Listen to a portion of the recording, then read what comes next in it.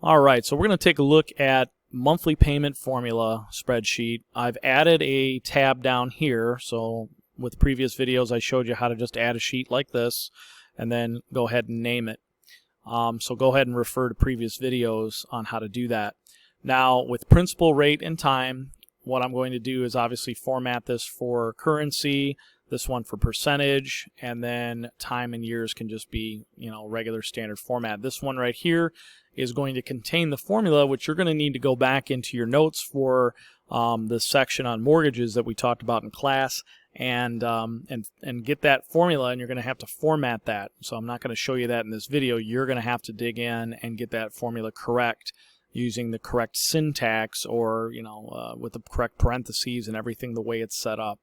So notice how I colored this. I put a line in here, so of course that's with borders. Again, all that was talked about in a previous video.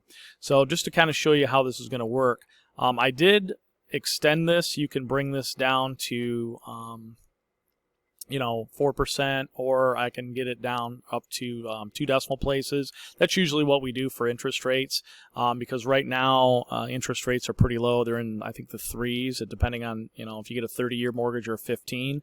So we're going to say like 3.92 just for our example, and you see how that changes our monthly payment. Let's say I was only borrowing $175,000. Hit enter, and you see that changes it. So you can put in any amount you want up here, hit enter, and then you can say, well, what if I get a cheaper interest rate? What if I drop this to a 15-year mortgage and I get 2.5%? Obviously that changes things up. There we go. Okay, one thing I see a lot of people do is they double click on this and then change the number. If you just single click on it and then just hit your keypad with the numbers, so like 125, 900, enter, then you see all that changes. So that's how you're going to set up your monthly payment formula, and then you will submit that for assessment.